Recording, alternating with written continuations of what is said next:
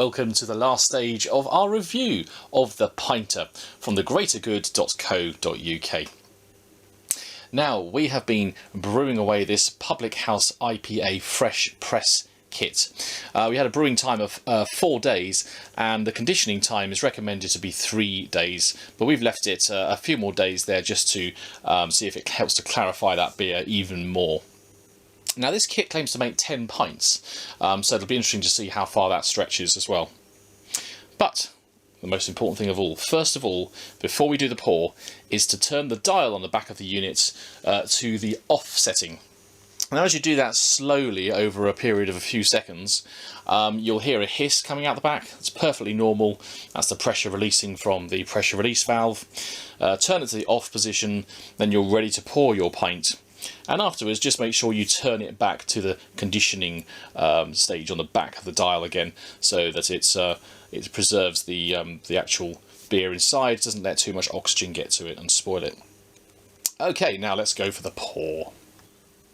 For the pour itself, we've got this lovely glass that was provided by the Greater Good, the Pinter glass here, really nice. On the other side it says fresh. That's certainly what we're hoping to experience. So here we go, let's go in for the pour. The valve is on, and we can now tilt the glass and of course pull the handle forwards. Here we go. It's a nice slow pour coming out there. Now, the bottom of the glass is also scored, so hopefully that will encourage a little bit of the head to grow there as it comes out. And I'm guessing with lagers, obviously that's going to be even more so of an obvious thing. But certainly this is pouring really nicely. And I think we'll stop at that bit just there. Okay, so clarity-wise, got lots of bubbles on the outside, so plenty of fizz in there. When we spin it around there, we can see in. So it is a little bit cloudy still, but that's fine. I actually like my beer to be slightly cloudy, particularly if it's a real ale as well. And this is an IPA kit, so yeah, that's okay for me. But it is a little bit on the cloudy side still, so if you do like your beer absolutely clear, maybe worth leaving it a little bit longer on the conditioning phase there as well. And try not to disturb it as well, because obviously that will kick up some of the sediments. Okay, well, let's go for an aroma test first of all. Wow, really malty, hoppiness coming through there. A sort of hint of almost biscuits and caramel. Right, let's have a taste. Oh, I should say, none of that homebrew aroma too. We often get that with my own personal homebrews, unfortunately. I'm not great on that front, and but none of that actually in this first initial aroma. So let's go for the flavours.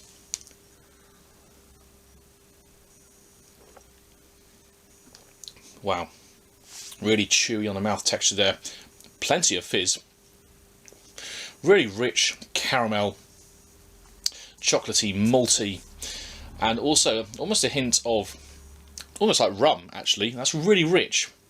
Now, the percentage that it claims to be is 4.2%. Now, we don't have any way of measuring that with this device, of course, but you know, there are various ways you could do so if you were to upscale this kind of kit. Certainly, it tastes that. It tastes a bit stronger, if anything, actually.